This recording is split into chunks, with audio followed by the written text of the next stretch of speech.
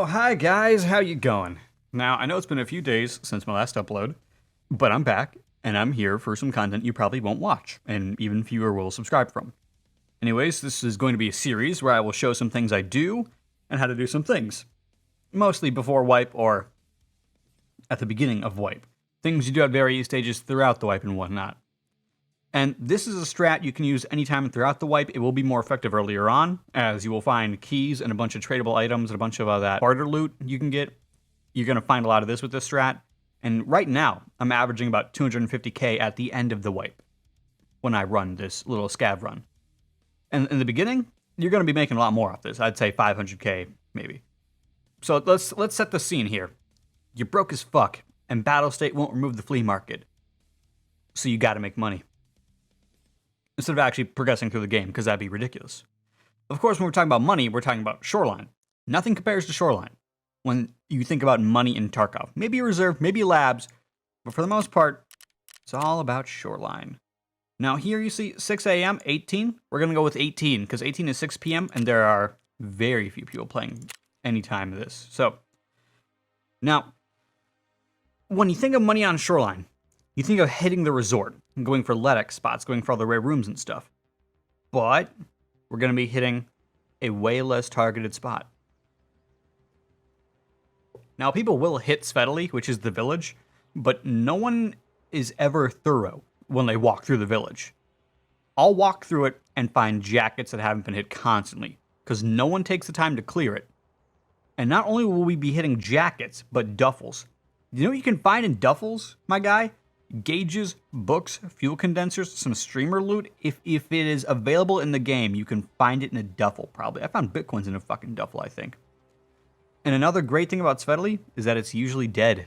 The main focus of Shoreline is the resort. People rush that and forget about the rest of the map.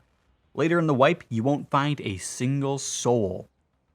And no one's even going to be scav running later in the wipe at all, so this is just free cash for you if you need a scav run. And barely anyone's going to stick around Svetali, which leaves tons of containers unlooted and ready to give you some of that sweet, sweet capital. Without further ado, we're loading into the game right now. We're going to do this shit. You're going to see what we make. And remember, some bullshit about subscribing, because I'm a little whiny bitch YouTuber who doesn't have enough subscribers. Fucking I don't care, dude. Okay, so we are in. Our spawn is, yeah, actually great. We're right by Svetali. Perfect. Now, we're only 7 minutes late into the raid, but that is fine. There is going to be no one here.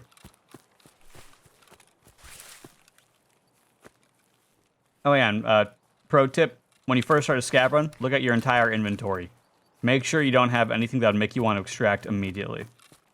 Now, really, there's not much back here in this area, but you do always want to hit up this little store, and just down this road to your left there, there's going to be a little hidden stash. This door always spawns open. If this one is open, you know someone's hit this already. But weapon case and extra trading loot, barding loot. So this one's actually quite nice to hit up. Pliers, plexiglass, a wrench here and there, you know. You can find random weapon parts in here too sometimes, and I like checking the weapon case behind me. There's actually a jacket or two over there in that house. And in here, we have more barter loot. Like this wrench to my left. One of these toolboxes. You can find a wicked amount of good shit in toolboxes. I found a ton of good stuff. Like there's xenomorph foam if you need to use that for your hideout. Bolts, when I last checked, were 20k on the market per. I don't know what they are at now. You know what? I saw a scav down there with a backpack. I might go hit him up and try and kill him a little bit later. Jacket there. 2 jackets in there. Search, not open, not closed, so that means it's been unopened. And what we got in here? Extra bolts, always good. We're up at about 40k already. We've only filled 2 slots. But more jackets. This is basically a jacket run with extra steps, because you're hitting all the duffel bags too now, and all the toolboxes. Pineapple juice, not really useful to us, not gonna lie. And not all your runs are going to be perfect, but you're going to be hitting up so many spots, it's going to be hard to not come out of it with profit or anything good. So we're about done with this part of the fucking village right now, but if you wanted to, there's a greenhouse over there that has some really good spawns in it. The issue is that if people spawn by it, they already hit it up. That's like the case. Don't one's empty. Oh, well, I'm taking his shotgun. Down here, cash.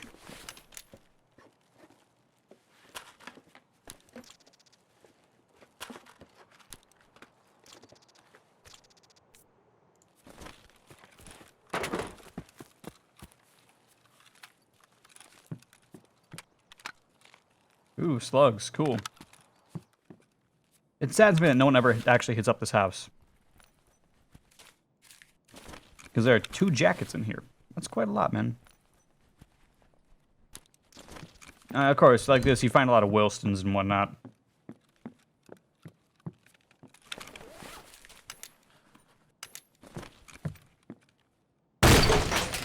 Upside down chair. There's a duffel in this one.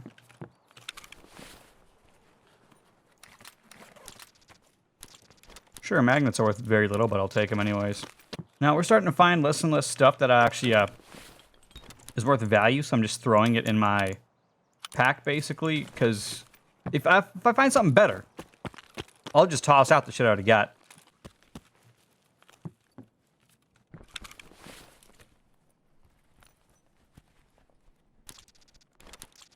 Three of these lamps is a tri-zip, or was. I don't know if that's the case anymore, I'm gonna be honest with you. Extra money.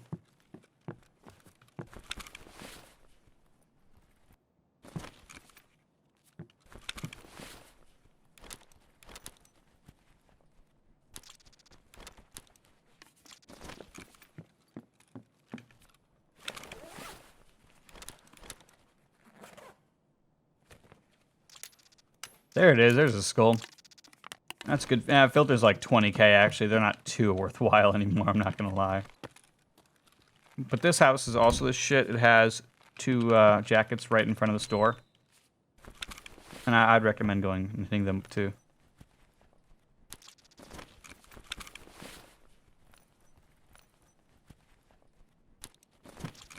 Not a single key spawn. This one's looking pretty rough. But so far, we're definitely over 100k. The 2 bolts are still pretty expensive. Bolts will always be expensive. The skull is like 40 to 50k from Therapist. More apple juice. Oh, Mosin scav.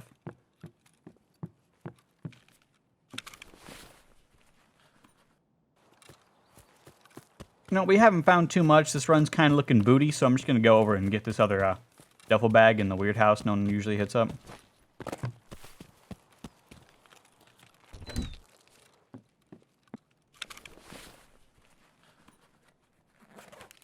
See, look at that.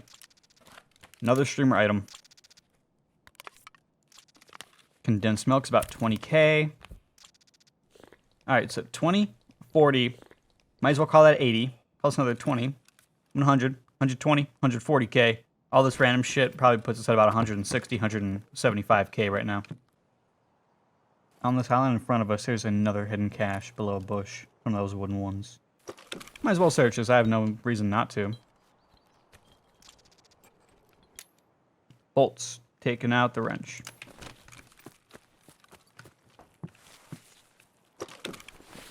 I like to open that up and then walk backwards into the bushes. I made 5.6. It's more expensive than my fucking rubles, I guess.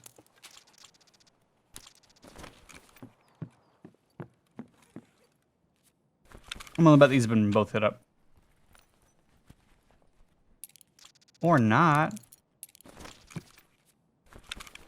Oh, the scav opened the doors. I don't need a tool set, though.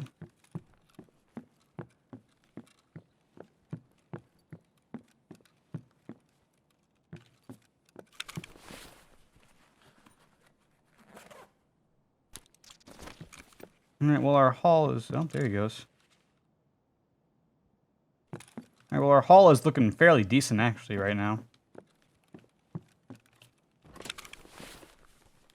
Look through the safe. No one looted the fucking safe. I need that for Questa, actually, so... Another skull beats out the magnet. 3k rubles. Do I have anything worth less than 3k? Probably the bandages.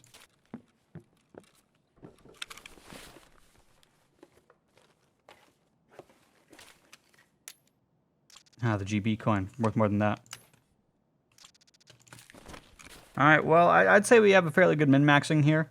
This is incredibly lucky because, I mean, no one hit the safes, which is unheard of. No one hit up the cottage, which is insane to me. Actually, you know what? While I'm here, I'm going to show you another cache spot. Hidden over here, right behind this bush. Blue barrel.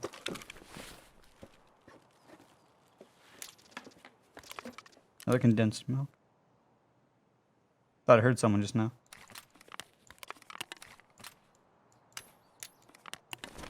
No, I'll do that. It's important to run through at least partial cover.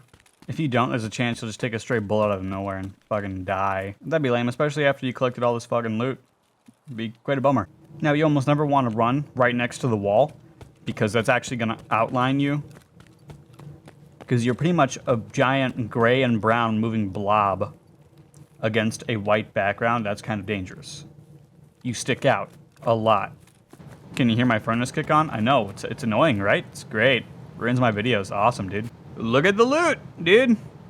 Key, skull, Lupo's coffee beans cat figurine, which is like, oh, it's only like 30k, but I'm going to turn it in for a quest. A living high is not a crime, sucks.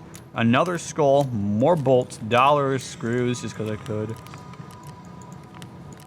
Condensed milk, and some clips.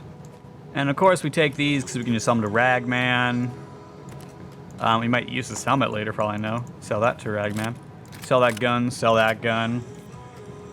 And sure, I'll take the knife, I guess. But this run, it definitely is at least my 250k average.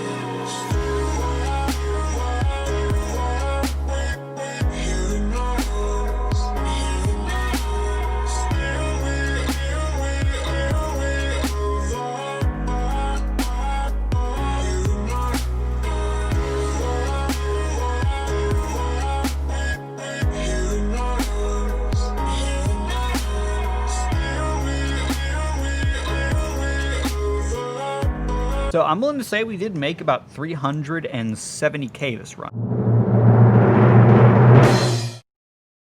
Or three. Let's round it down. Let's do 350. So we actually went over the average. After all that shit sells, yes. And keep in mind, we're keeping the Lupos. Which Lupos is Lupos fairly expensive? I assume it is. 31k. Yeah, 30k. And with that, end of the video. Ask you to subscribe or something. I don't know. Goodbye. See you later.